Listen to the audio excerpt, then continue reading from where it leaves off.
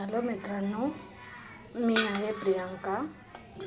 आज आपण बनवणार आहोत शेवाळ्याचे उपमा। आपण सर्वात आधी घालू तेल। तेल तुम्ही तुमच्या हिशोबाने घ्यावे। तेल थोडं गरम होऊन द्यावे।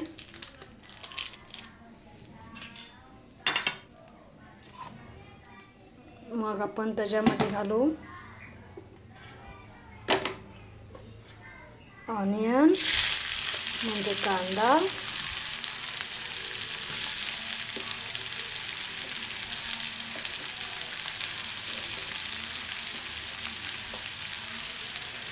आता आपण त्याला परतून घेऊ।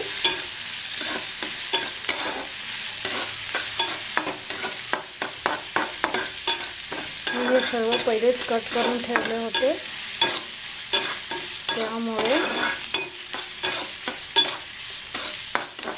तुम्ही सुद्धा करताना पहिले थोडे कट करून घ्यावे।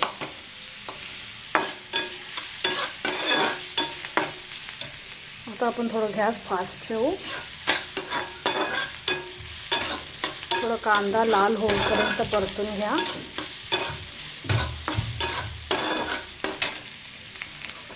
आता आपण ह्याच्यामध्ये घालू मिरची। मला थोडं जास्त तिखट पाहिजे आहे, त्याच्यामुळे मिरची थोडं जास्त टाकलेली आहेत।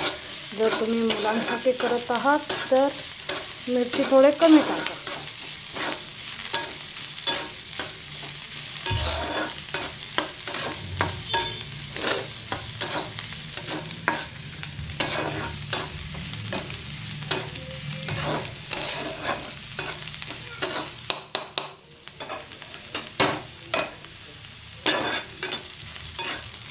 आता आपण ह्याच्यामध्ये घालू टोमॅटो।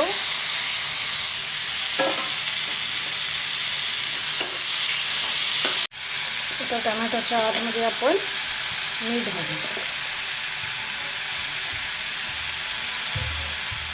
आणि तुमच्या चवीनुसार मीठ टाका। मीठ टाकल्याने टोमॅटो लवकर शिजतो, त्याच्यामुळे मीठ टोमॅटो घातल्यानंतर टाकावे। आता टोमॅटो पूर्ण शिजलेला आहे। आता आपण ह्याच्यामध्ये मसाले टाकू। 1 चमचा हळद, 1 चमचा धने पावडर, 1 चमचा मटन मसाला आणि 1 पाऊच मॅगी मसाला। थोडं मॅगी मसाला आपण ठेवून देऊ।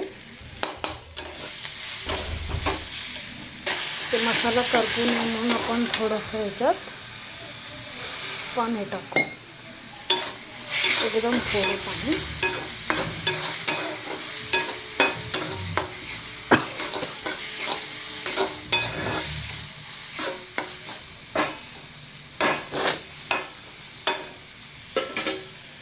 बघा किती छान दिसत आहे ना हे।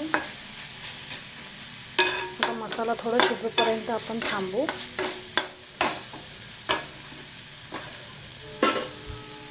जर तुम्ही अशा पद्धतीने शेवाळ्याचा उपमा केलात तर खूप खायला टेस्टी लागतं। तुम्ही याच्यात गाजर, कोबी असे ढबू मिरची घालू शकता, ज्याने अजून पौष्टिक बनेल। माझ्याकडे ते अवेलेबल नव्हतं म्हणून मी टाकलं। आता आपण ह्याच्यामध्ये घालू शेवाळे। शेवाळे मी पहिलेच परतून घेतलेले। तुम्ही शेवाळे टाकून त्याच्यामध्ये थोडं तेल टाकून परतू शकता। तेलही टाकू शकता, नाहीतर तूपही टाकू शकता। मी तेल टाकून परतून घेतलंय। आता आपण ह्याच्यामध्ये पाणी टाकू।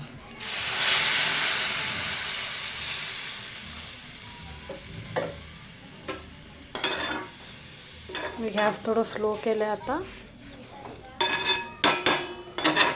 आता जो आपण मॅगी मसाला ठेवलेला तो मॅगी मसाला आपण आता ह्याच्यावर टाकून घेऊ. आपण गॅस थोडं फास्ट करू आणि ह्याच्यावरती एक ताट टाकू ज्याने हे तोपर्यंत शिजेल.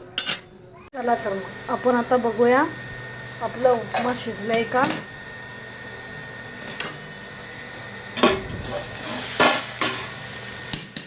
किती छान दिसत आहे ना.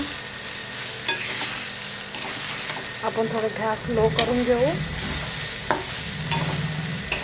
बघा किती मोकळं मोकळं झालं. आपण आता याला ताटात काढून घेऊ.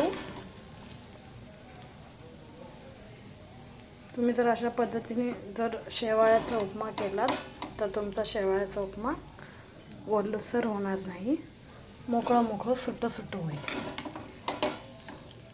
चला, का तुम्हाला माझा व्हिडिओ आवडला असेल तर नक्की लाईक करा, शेअर करा आणि चॅनलला सबस्क्राईब करून ऑल बटनवरती क्लिक करा. बाय.